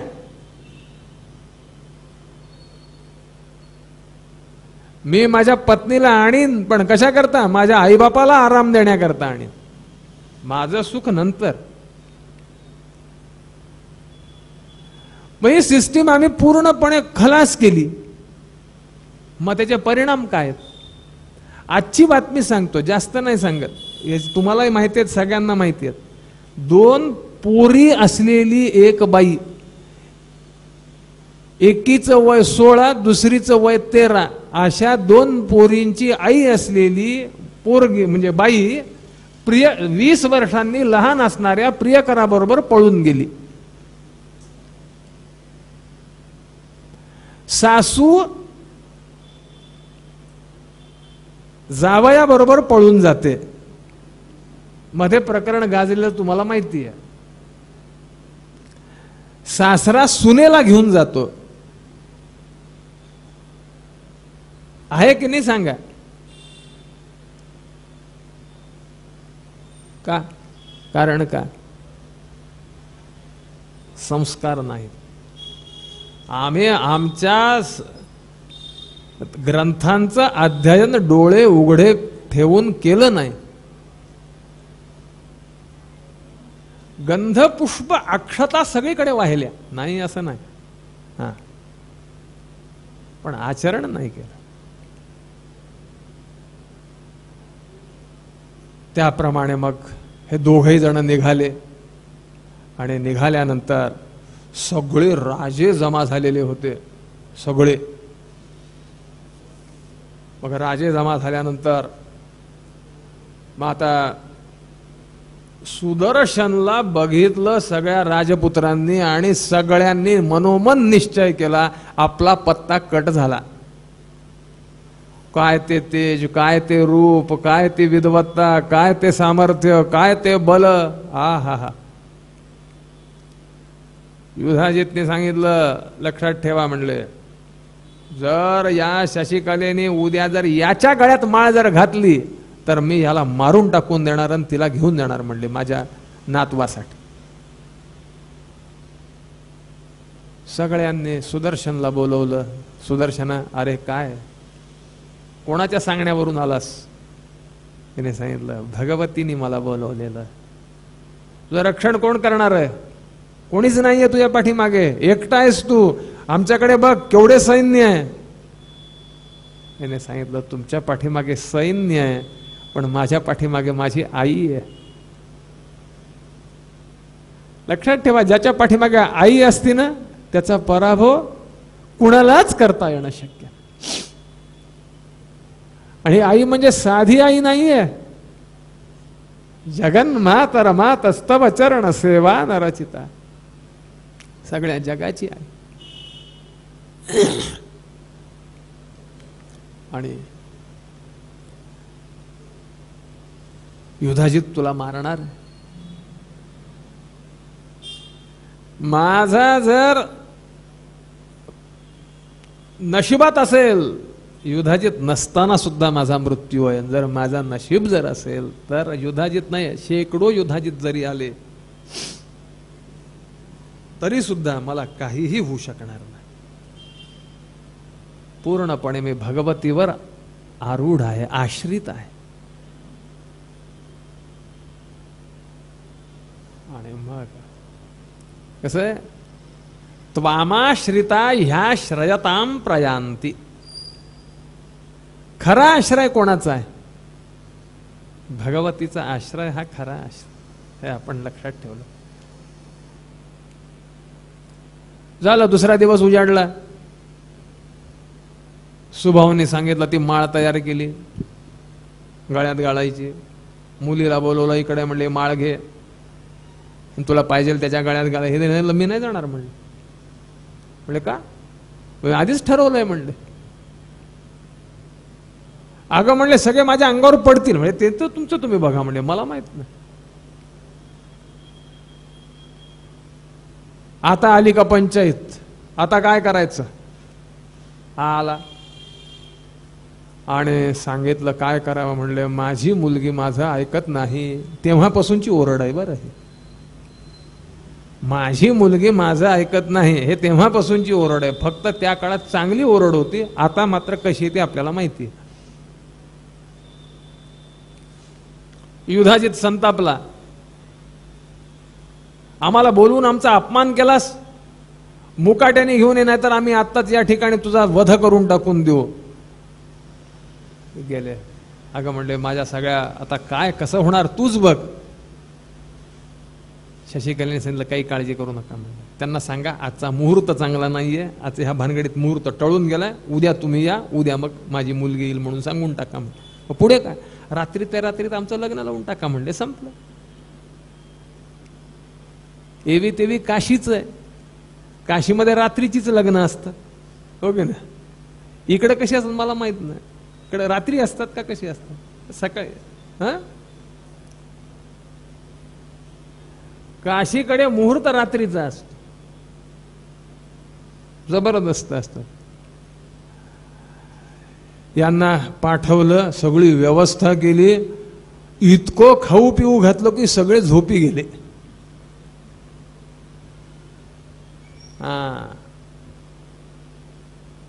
आणि इकडं मग ब्राह्मणांना बोलवलं, सुदर्शनला बोलवलं, मनोरमेला बोलवलं, व्यवस्थित मग तो काय वांग निश्चय, साखरपुडा सुरू झाले सगळे विधी. अमुकस्य प्रपौत्रीम, अमुकस्य पौत्रीम, अमुक पुत्रीम, अमुक नामनीम कन्या, अमुक प्रपौत्राय, अमुक पुत्र पौत्राय, अमुक पुत्राय, अमुक नामने वराय. मग सप्तपदे एष एकपदी भवा, सामा मनोव्रता भवा, पुत्रान विंदावय, बहुंस्ते संतुजरदष्टया, ऊर्जे द्विपदी भवा, माय राजस्पोषाय त्रिपदी भवा. सुरू झाले विधी एकानंतर एक. अरुंधती दर्शन झालं, अश्मारोहण झालं, इमम अश्मान मारोहा, अश्मैवत्म स्थिरा भवा. झालं. आणि सगळं राज्य मी तुम्हाला समर्पित करतो. मनोरमा म्हणते राज्याची काय गरज आहे, एवढी मुलगी तुम्ही आम्हाला दिलीत, आता काय गरज आहे. आणि मग म्हणतात सकाळ झाली, सनई वाजायला सुरुवात झाली, लग्नाची सनई. हे यांची धुंद डोळ्यावरची आत्ता उघडली. सगळेजण उठून बघतात तर काय लग्नाची सनई. अरे म्हणलं लग्न लागलंच नाही, सनई वाजतात कुठून. चौकशी करायला सुरुवात केली. हे आले सुबाहू, हात जोडून आले, म्हणले जेवायला चला. म्हणले सकाळी सकाळी? हो म्हणले सुन्मुखी पंक्तीचं जेवायला चला. सुन्मुखी पंगत? कुठली सुन्मुखी? काय लग्न झालं कोणाचं? झालं म्हणले शशी. कोणाबरोबर? सुदर्शनाबरोबर झालं म्हणे. आणि मग मात्र सगळे संतापले. ठीक आहे म्हणले, तू आम्हाला फसवलंस का? आता हे जाताना परत जातीलच, वाटेत आम्ही थांबतो म्हणले. मग त्याप्रमाणे सगळे वाटेत त्याचा रस्ता अडवून राहिले. आणि इकडं ते सगळे विधी पार पडल्यानंतर हेरांनी बातमी आणली की सगळेजण तिथं उभारलेले आहेत. म्हणजे जावई बापू आता कसं करायचं? सगळेजण रस्ता अडवून बसलेले आहेत. मामा काही काळजी करू नका, माझ्या पाठीमागे माझी भगवती आहे, तुम्ही का काळजी करताय? ठीक आहे, मी पण येतो म्हणले तुमच्या. सगळं सैन्य घेतलं, निघा. आणि वाटेमध्ये तो महाभयंकर अशा प्रकारचा सेनासागर, युद्ध सुरुवात झालं. सुदर्शन अत्यंत पराक्रमी आहेत, पण मला सांगा किती पराक्रम असला तरी संख्या फार होती. युद्ध सुरुवात झालं, भगवतीचं चिंतन चालू आहे मनामध्ये. भगवतीचं चिंतन आहे म्हणून युद्ध करायचं थांबलेलं नाहीये, आणि युद्ध करतोय म्हणून भगवतीचं चिंतन थांबलेलं नाहीये. लक्षात ठेवा, संसार करत असताना भगवतीचं चिंतन थांबवायचं नाही, आणि भगवतीचं चिंतन चालू असताना संसाराची जी कार्य नेमून दिलेली आहेत त्याच्यापासून पळायचं नाही. जे कार्य आहे ते केलंच पाहिजे. मग आमच्या गोरठ्याला तुम्ही या, तिथं भाज्या निवडत असताना, फुलंचे हार बनवत असताना विष्णू सहस्रनामाचे पाठ असतात. तुझे रूप चित्ती राहो, मुखी तुझे नाम, देह प्रपंचाचा दास, सुखे करो का. प्रपंच देहाचा आहे, परमार्थ मनाचा आहे.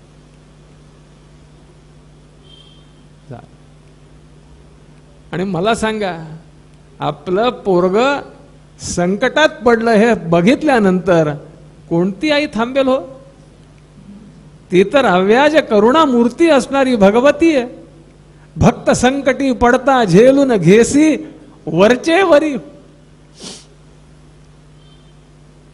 आणि जेव्हा बघितलं की आपला भक्त संकटात सापडलेला आहे, आणि मग भगवती जे संतापलेली आहे, म्हणतात बस विद्युद्दाम समप्रभां मृगपतिस्कन्धस्थितां भीषणां कन्याभिः करवालखेटविलसद्धस्ताभिरासेवितां हस्तैश्चक्रधरा लिखेटविशिखांश्चापङ्गुणन्तरजनीं बिभ्राणामनलात्मिकां शशिधरां दुर्गां त्रिनेत्रां. म्हणजे भगवतीने आपलं दुर्गा रूप प्रकट केलं, साक्षात प्रकट. भगवती आली आणि ते रूप बघितलं, अर्धे तर त्या नुसत्या दर्शनानेच पळून गेले. काही जण बघितल्याबरोबरच त्यांचे जीव गेले, काही जण बेशुद्ध पडले.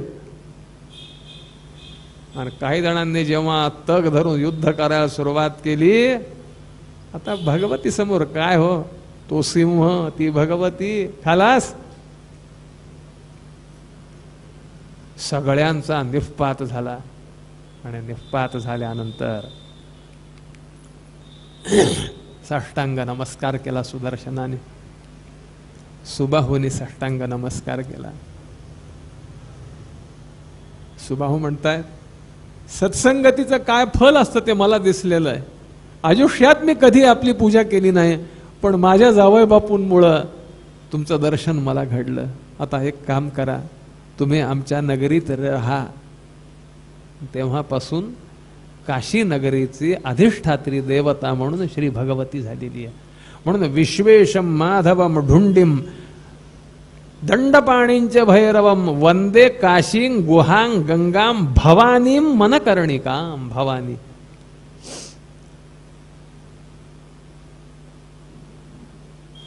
सुदर्शनने साष्टांग नमस्कार केला. बोल म्हणले, आई मी काय करू तू सांग.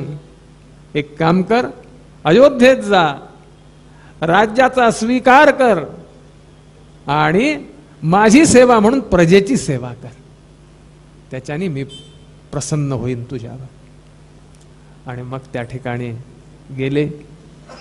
सुंदर अशा प्रकारचं राज्य सुदर्शनाने केलं. हे चरित्र जो कोणी पठण श्रवण करतो त्यांना अत्यंत श्रेष्ठ अशा प्रकारचं स्थान प्राप्त होतं. आज थोडं जास्त लांबलं जरा. हे कसं आहे माहिती आहे का, मी आधी आपल्याला सांगितलेलं आहे की हे आपले ग्रंथ म्हणजे वेड लावणारे ग्रंथ आहेत. रामायण असो, महाभारत असो, भागवत असो, देवी भागवत असो, योगवासिष्ठ असो, याच्यातून निघाव वाटत नाही, पण घड्याळ फार बेकार असतं, लक्षात ठेवा. ते लवकर फिरतं. झालेली सेवा श्री भगवतीच्या चरणी समर्पित करू आणि भगवतीला दररोजची प्रार्थना म्हणून आजचं आपलं प्रवचन या ठिकाणी संपवू. सदानंदीचा उदयोस्तु. बोल भवानी की जय. अंबा माता की जय.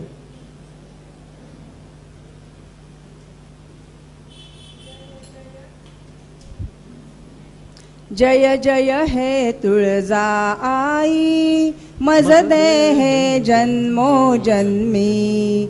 जय जय हे तुळजा आई, मज दे हे जन्मो जन्मी. अद्वैती निष्ठा चित्ती, कार्ये हि द्वैत प्रीती. त्वद्भक्ती रुचि तव भजनी, मज दे हे जन्मो जन्मी.